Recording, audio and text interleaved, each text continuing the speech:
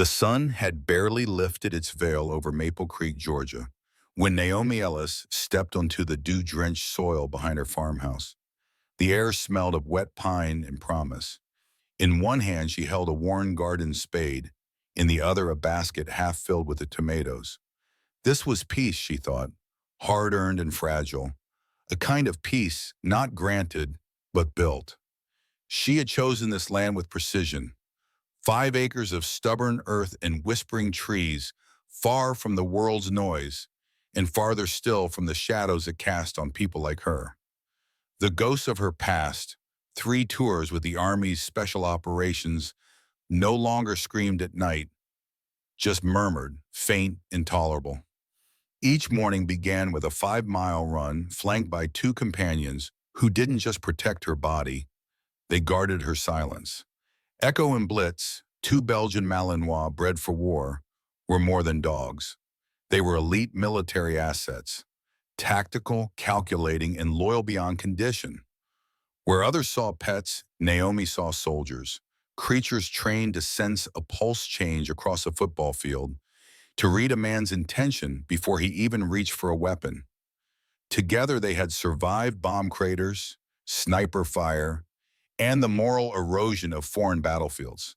Now they tracked rabbits through cornfields and guarded tomatoes.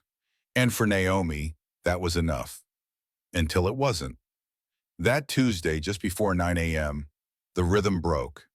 Naomi was kneeling near a row of bell peppers, brushing soil from the roots, when the sound came, tires crunching gravel, too many, too fast. She rose slowly, not out of fear, but calculation. Her breath steadied. Her heartbeat, once erratic from PTSD, now sharpened by memory. There were 3 cruisers at first, then 5, 6. Police vehicles fanned out across the end of her property, blocking exits, doors slamming like triggers. She didn't move. She didn't need to. The signal was already sent, a press of a concealed button on her watch. It told Echo and Blitz, resting inside the house, to hold position.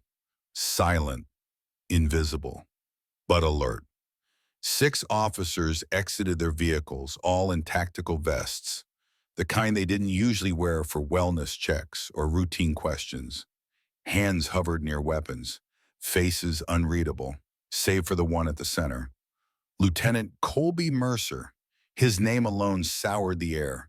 22 years on the force, more civilian complaints than any other officer in the county.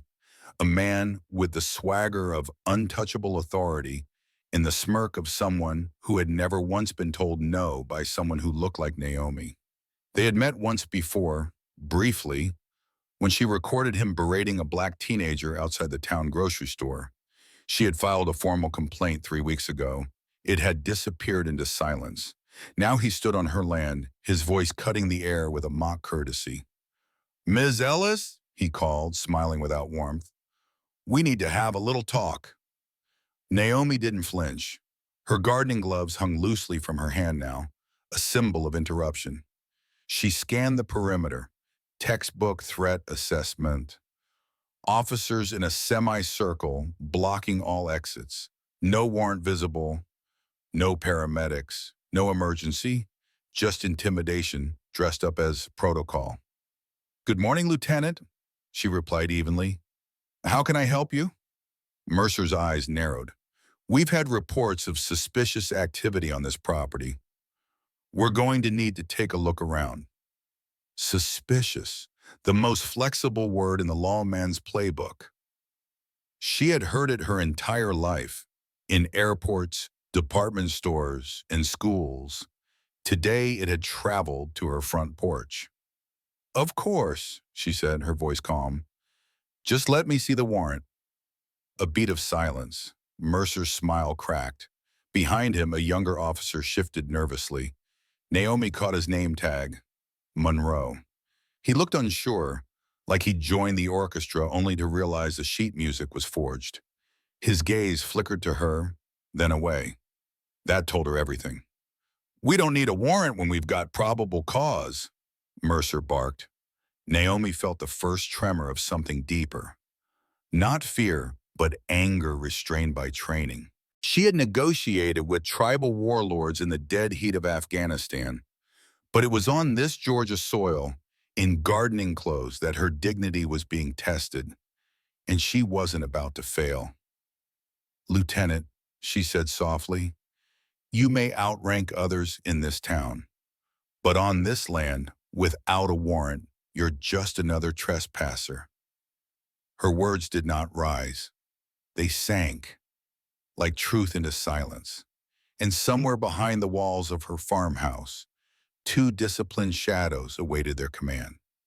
The tension on Naomi's porch was the kind that didn't scream.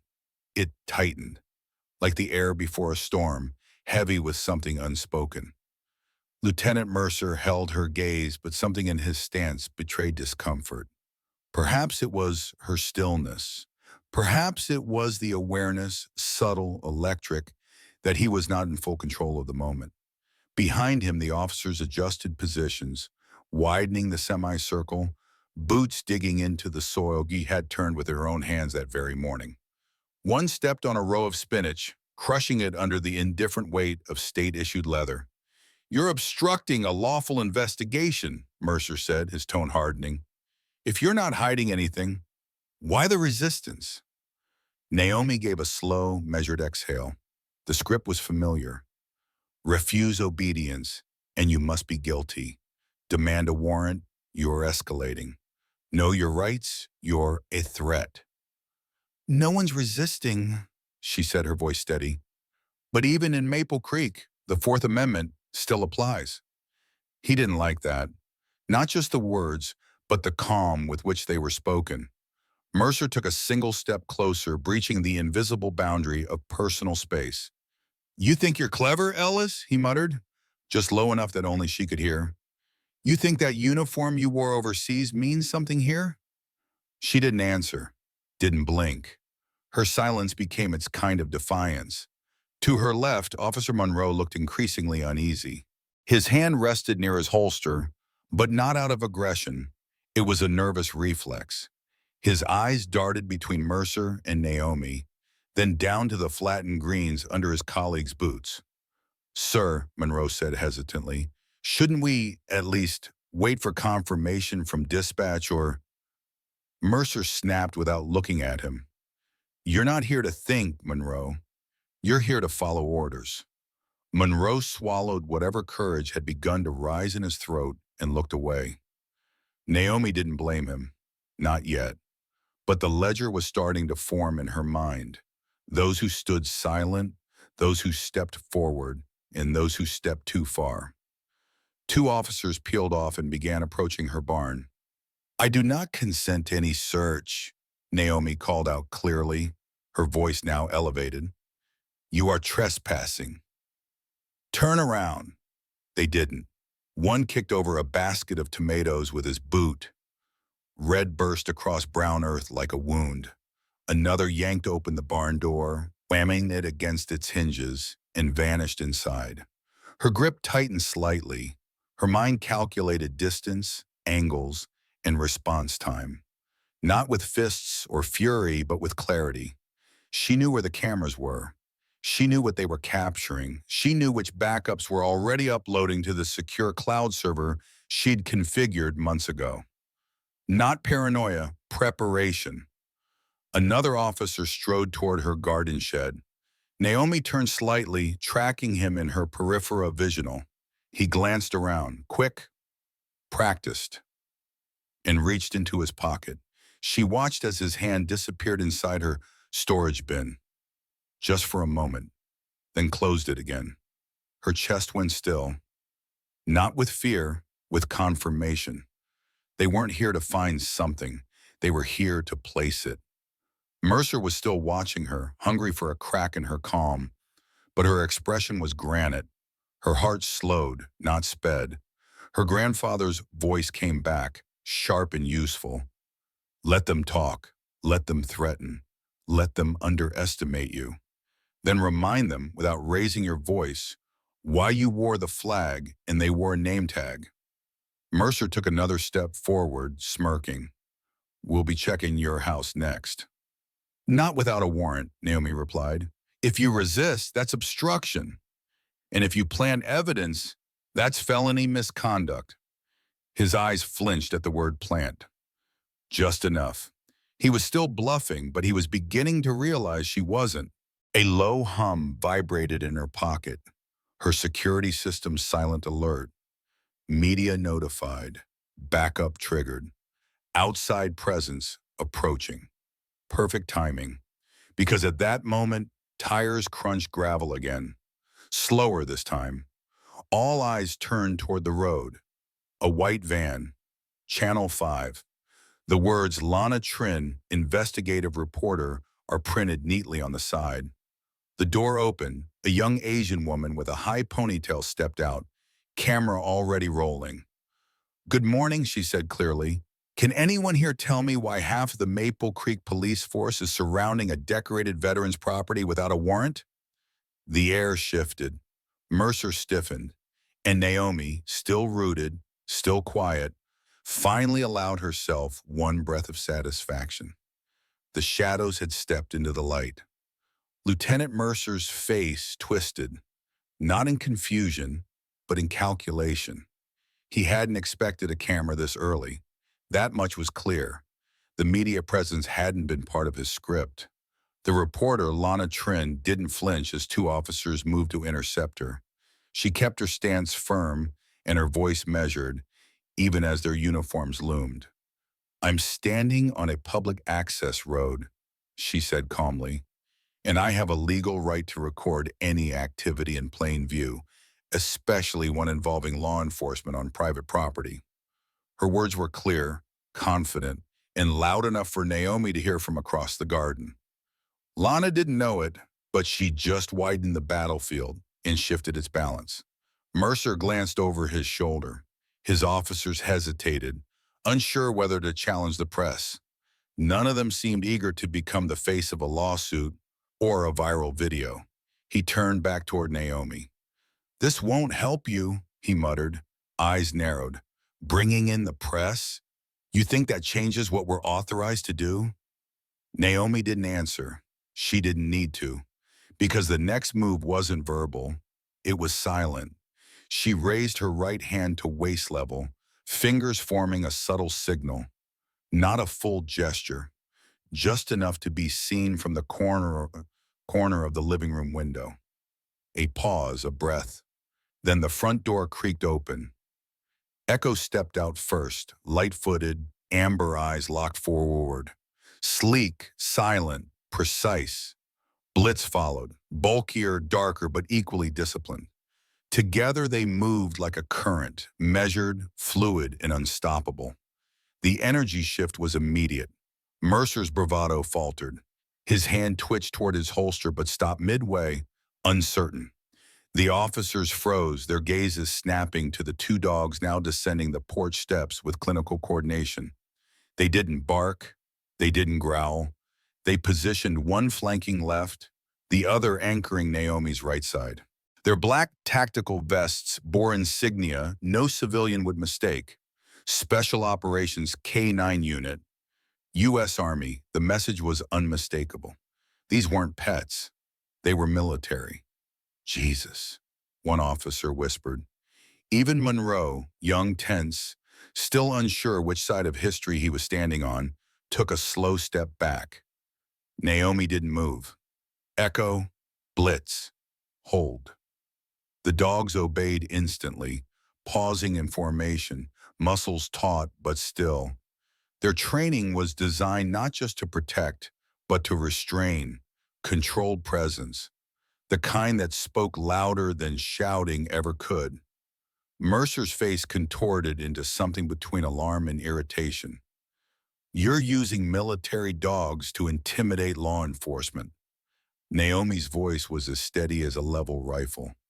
No, I'm deploying registered federal assets in a defensive stance, which they're authorized to do when their handlers' rights are being threatened. Lana Trin stepped closer, zooming in on the scene. Lieutenant, she said, her tone now edged with curiosity, did you just attempt to escalate a situation involving a veteran and military-trained anima? Without a warrant? On camera? Mercer didn't reply, but the moment had already shifted. Authority, once assumed, was now on uneven ground. The dogs hadn't lunged. Naomi hadn't raised her voice. But a single truth had become undeniable. This wasn't intimidation. This was discipline. Naomi could feel it, the way tension restructured itself around facts. Mercer no longer looked like a leader. He looked like a man who had stepped into something deeper than he realized, deeper than he could control. She took one small step forward, just enough to reclaim her space. "Lieutenant Mercer," she said, "you and your officers have already destroyed my property. You've entered my land without a warrant. You've attempted to intimidate me, and now you're being recorded doing it. This is no longer a misunderstanding. This is misconduct." His jaw twitched. He looked at Monroe, who wouldn't meet his eyes, at the reporter, at the dogs, at the camera, now red-lit and live. "Search the shed," he ordered suddenly, his voice sharp. Naomi raised her hand again, giving a second, more direct signal. Echo immediately shifted one step to the side, guarding the shed entrance. Blitz moved into a broader stance, intercepting the approaching officers without touching them. His low growl, a controlled, measured vibration, filled the air like a warning bell in a distant canyon. The officers stopped cold. No order, no badge, no bravado could override instinct. An instinct told them that crossing that line meant consequences. Not political, not legal, physical, immediate, unavoidable. "Captain," Monroe spoke again, this time firmer, "with all due respect, we should stand down." The statement landed like a crack in glass. Mercer turned to him, disbelief flaring. But before he could speak, a new sound interrupted them. Tires on gravel. Again, a black SUV, county seal on the door. Sheriff Delroy Harrison stepped out, eyes already scanning the scene. The garden trampled, the press present, and at the center a woman flanked by war dogs. He took one look at Mercer and spoke calmly. "What the hell is going on here?" And just like that, the authority Mercer had clung to slipped like dust through his fingers. Sheriff Delroy Harrison wasn't the kind of man who raised his voice. He didn't need to.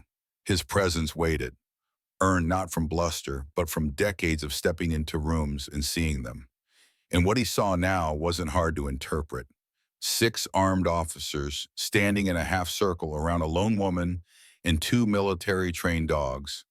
A news camera already rolling, and not a single warrant in sight.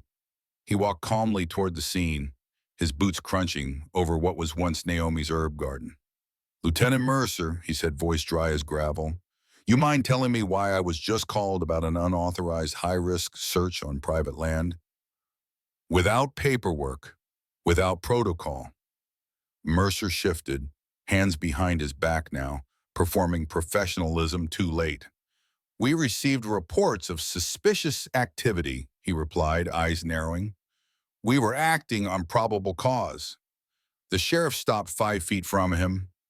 "Probable cause doesn't look like a bruised vegetable patch, a torn-up shed, and 6 drawn weapons aimed at a decorated veteran." He turned to Naomi. "Ms. Ellis," he said, removing his hat, "I apologize.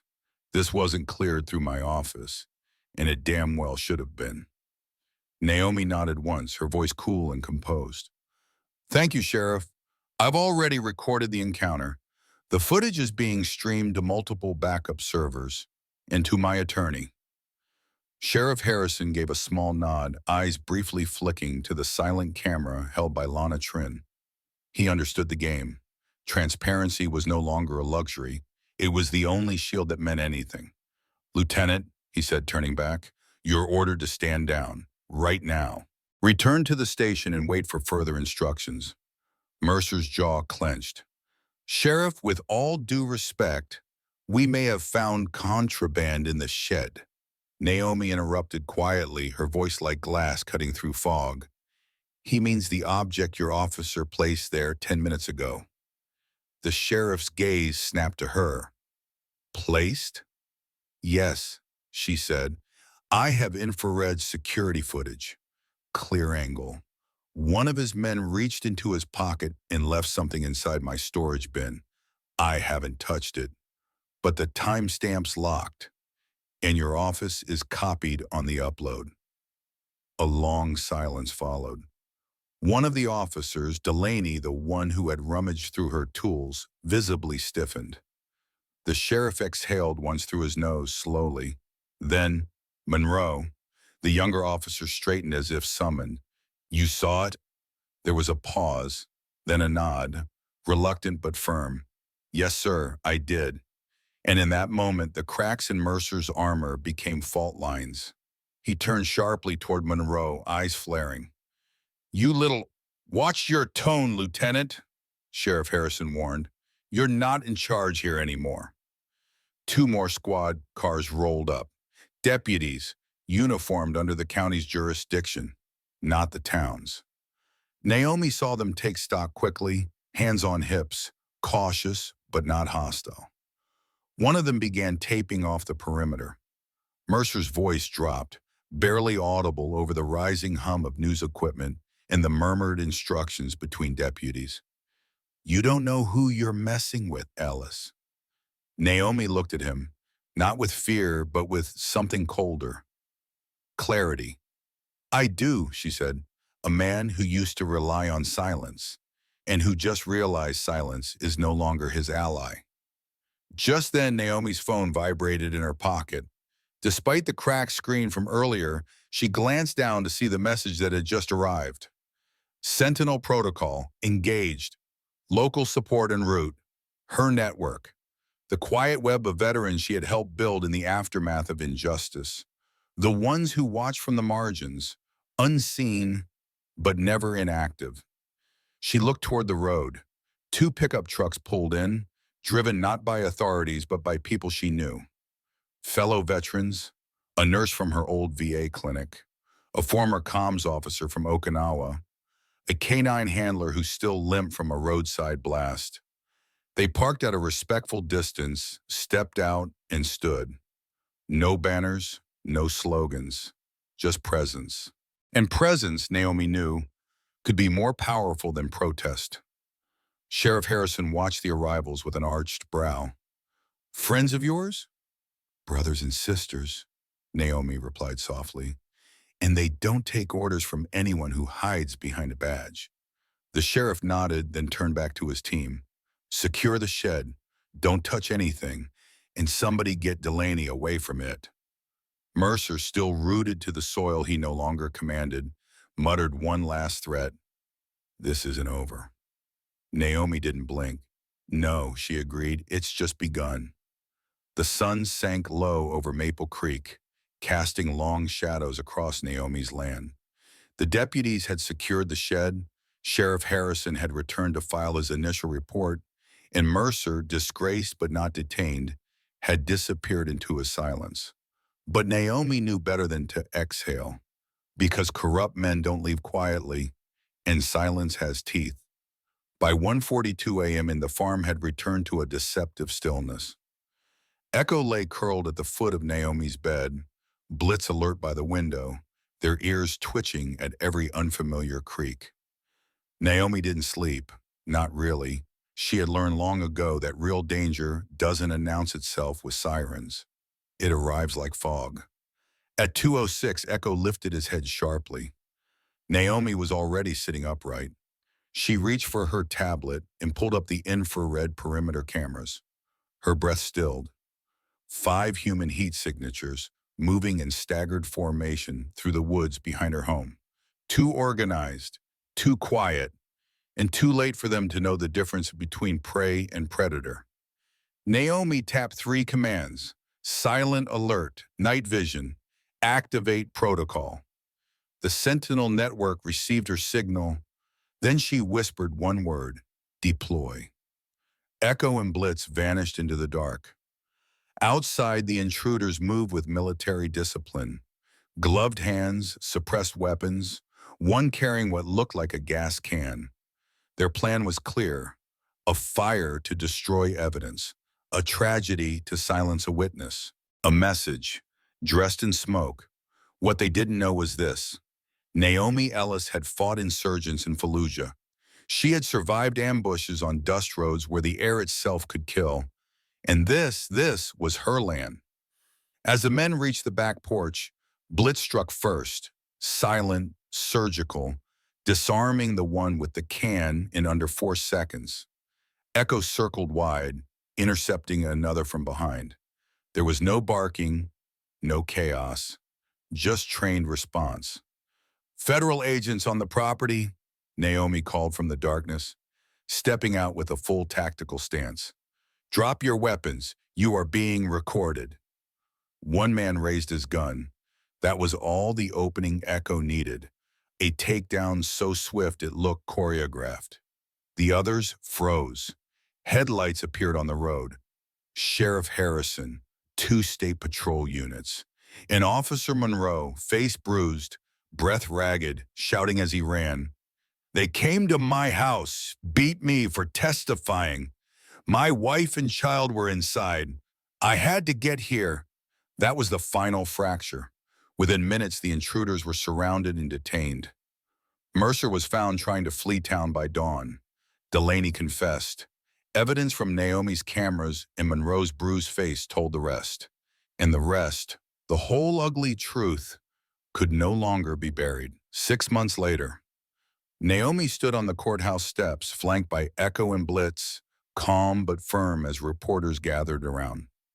Mercer, Delaney, and Police Chief Clay were facing federal charges, civil rights violations, attempted murder, evidence tampering, and conspiracy. But Naomi's victory was never about revenge. It was about visibility. ShieldLink, once a whisper network of veterans, was now a registered nonprofit.